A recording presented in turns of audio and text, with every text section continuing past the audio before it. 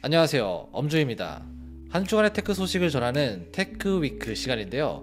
올해 첫 테크위크는 어떤 소식들이 있을까요? 얼마 전 페이턴틀리 애플에 따르면 애플은 애플 펜슬의 새로운 기능에 대한 특허를 냈다고 전했습니다. 이 기능은 애플 펜슬의 촉 부분이 실제 물체의 표면 색상을 스캔할 수 있는 기능입니다. 특허 사진을 보면 주변광 센서와 발광기, 그리고 표면의 색과 텍스처를 읽을 수 있는 센서가 들어갈 수도 있다고 합니다. 물론 이건 특허 등록이기 때문에 애플 펜슬에 바로 이게 적용된다, 이런 얘기는 아닙니다. 3년 전에도 이와 비슷한 특허가 등록이 된 적이 있었는데 아직까지 애플 펜슬에 적용되진 않았어요. 물론 이번 M2 아이패드 프로에서 애플 펜슬 호버 기능이 새롭게 들어가긴 했습니다. 아무튼 애플 펜슬이 현재 2세대 제품이잖아요. 나온지 제법 시간이 흘렀기 때문에 아마도 다음 세대인 3세대에서 이런 기능이 들어갈 수도 있다고 해요. 사진 작업이나 색 작업을 하시는 분들에게 아마도 굉장히 유용한 기능일 것 같은데 얼마나 정확하게 색을 가져올 수 있는지 이걸 한번 기대해봐도 좋을 것 같습니다. 최근에 대만의 TSMC에서 드디어 3나노 공정 반도체 양산을 시작했다고 합니다. 3나노 공정으로 나온 칩셋은 기존 공정보다 전력 효율성이 대폭 개선될 거라고 하는데요. 무려 30%에서 35% 정도 개선이 될 거라고 전했습니다. TSMC에서는 3나노 공정의 고객사가 어디인지 정확하게 밝히진 않았지만 전문가들은 애플도 이 공정으로 진행할 것으로 보고 있습니다. 이미 많은 매체에서 애플의 차기작 아이폰에는 3나노 공정의 A17 칩셋이 들어갈 거라고 전망하고 있는데요. 원래 애플의 A 시리즈 칩셋은 매년 약 10%에서 20% 정도 전력 효율성이나 성능 향상이 있었죠. 하지만 이번에 3나노 공정으로 바뀌게 된다면 전력 효율성이 무려 30% 이상 좋아지게 될 것으로 분석되고 있습니다. 지금도 애플의 칩셋은 시장에서 따라올 수 없을 만큼 압도적인 성능을 보여주고 있는데요. 갤럭시 같은 경우도 아직까지는 아이폰의 성능을 따라잡지 못하고 있습니다. 이번에 나오게 될 갤럭시 S23에서는 전 모델에 스냅드래곤 8 2세대가 들어간다고 알려져 있습니다. 기존보다는 높은 성능이 기대되긴 하지만 여전히 A16의 성능은 못 따라오고 있습니다. 스냅드래곤 8 2세대는 여러가지 플래그십 스마트폰에 들어갈 것으로 보이는데요. 기존보다 많은 부분이 향상되긴 했지만 아직 A16의 성능도 다 못 잡은 상황에서 3나노 공정의 A17이 나온다면 다시금 그 격차가 많이 벌어지게 될 것 같습니다. 오랜 기간 동안 플래그십 라인에서 고전하던 삼성에게는 퀄컴이 좋은 칩셋을 내주길 바랄 수밖에 없는 상황이라고 합니다. 이번에 갤럭시 S23에 이 스냅드래곤 8 2세대가 들어갈 것 같은데요. 실제 제품이 나오면 성능을 한번 비교해 보도록 하겠습니다. 최근에 제가 재밌는 소식을 하나 접했는데요. 여러분들, 중국에서만 판매하고 있는 애플 제품이 있다는 걸 알고 계신가요? 작년 같은 경우는 소의 해를 기념해서 한정판 에어팟 프로를 출시했고요. 올해 같은 경우는 토끼의 해잖아요. 그래서 토끼 그림이 각인된 에어팟 프로를 한정판으로 출시했습니다. 한정판이라고 해서 디자인이 크게 다른 부분은 없는데 일단 박스에는 중국인들이 좋아하는 빨간색 토끼가 그려져 있고요. 제품의 앞면에는 토끼 그림이 각인되어 있습니다.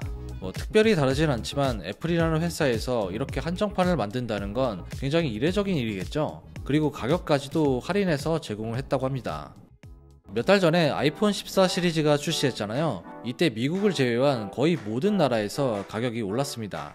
영국, 호주, 일본, 독일, 그리고 한국에서 가격이 제법 크게 올랐는데요. 그런데 중국에서는 가격 인상이 아예 없었다고 합니다. 이게 좀 황당하긴 하죠. 이러한 이유는 중국의 아이폰 판매량 때문인 것으로 보이는데요. 중국 내에서 아이폰 점유율이 무려 25%라고 합니다. 여러분들 중국 인구 아시죠? 그 인구에서 25%라는 건데 이 정도의 점유율을 생각한다면 정말 어마어마한 수치겠죠? 애플의 중국 사랑은 앞으로도 계속될 것 같긴 한데 이러한 이유로 국내 소비자들이 차별당하는 것 같은데 애플 제품을 선호하는 제 입장에서는 상당히 아쉬운 부분입니다. 애플에서 또다시 가격을 상승시킬 거라는 얘기가 나왔습니다. 다행히도 이번에는 제품은 아니고요. 바로 배터리 교체 비용입니다. 요즘 트렌드가 가격을 다 올리는 그런 걸까요? 왜 제 월급 빼고는 다 오르는 걸까요? 소식을 살펴보면 3월 1일부터 아이폰과 아이패드 그리고 맥북 시리즈의 배터리 교체 비용이 모두 상승합니다. 몇몇 제품은 그대로 유지되기도 하는데 대부분 오른다고 해요. 가격이 어떻게 바뀌는지 화면에다가 보여드릴게요. 자세히 보면 제법 많이 오른다는 느낌이 있는데요. 아이폰 같은 경우는 크게는 3만원 이상 오른 제품도 있고요. 구형 아이패드 프로나 아이패드 미니, 에어 같은 제품들은 거의 5만원 이상씩 오릅니다. 맥북 프로 같은 경우도 8만원 정도 오르고요. 결코 상승폭이 적진 않은데 이제는 애플케어 플러스를 가입하지 않으면 배터리 교체 비용만으로도 조금은 부담스러운 수준까지 올라간 것 같습니다. 이 배터리라는 게 1년마다 갈아야 되는 뭐 그런 건 아니죠. 그래도 뭔가 가격이 올랐다는 건 솔직히 기분 좋은 소식은 아닌 것 같습니다. 작년에 애플 제품의 가격이 굉장히 많이 올랐는데요. 이게 환율 때문이라고는 하지만 그런데 요새는 또 환율이 떨어졌어요. 그렇다고 애플 제품의 가격이 떨어진 건 아니죠.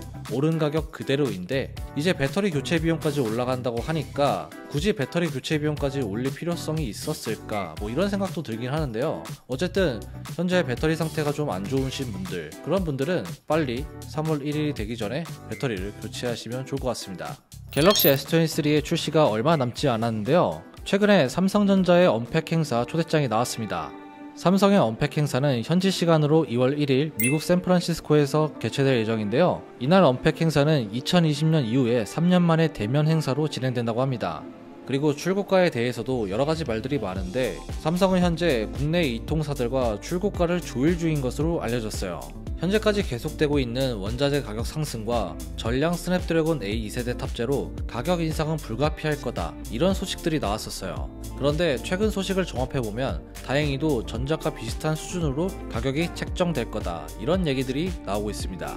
갤럭시 S22 기본형이 999,900원이었어요. 그리고 플러스가 1,199,900원, 울트라가 1,452,000원부터 시작했는데 이와 비슷하게 나온다는 얘기고요. 아무래도 가격을 올릴 경우 아이폰 14와 비교했을 때 경쟁력이 많이 떨어지기 때문에 가격 동결 가능성에 무게가 실리고 있는 상황이라고 합니다. 자, 이렇게 갤럭시까지 여러가지 소식들을 알아봤는데요. 갤럭시 같은 경우는 이제 한 달도 안 남은 상황인데 출시일이 가까워지면서 여러가지 소식들도 함께 나오고 있습니다. 그것도 여러분들께 빠르게 전달해 드리도록 하고요. 질문 있으시면 댓글에 남겨주세요. 영상이 좋으셨다면 좋아요와 구독 부탁드리고요. 지금까지 엄준이었습니다. 다음에 봐요.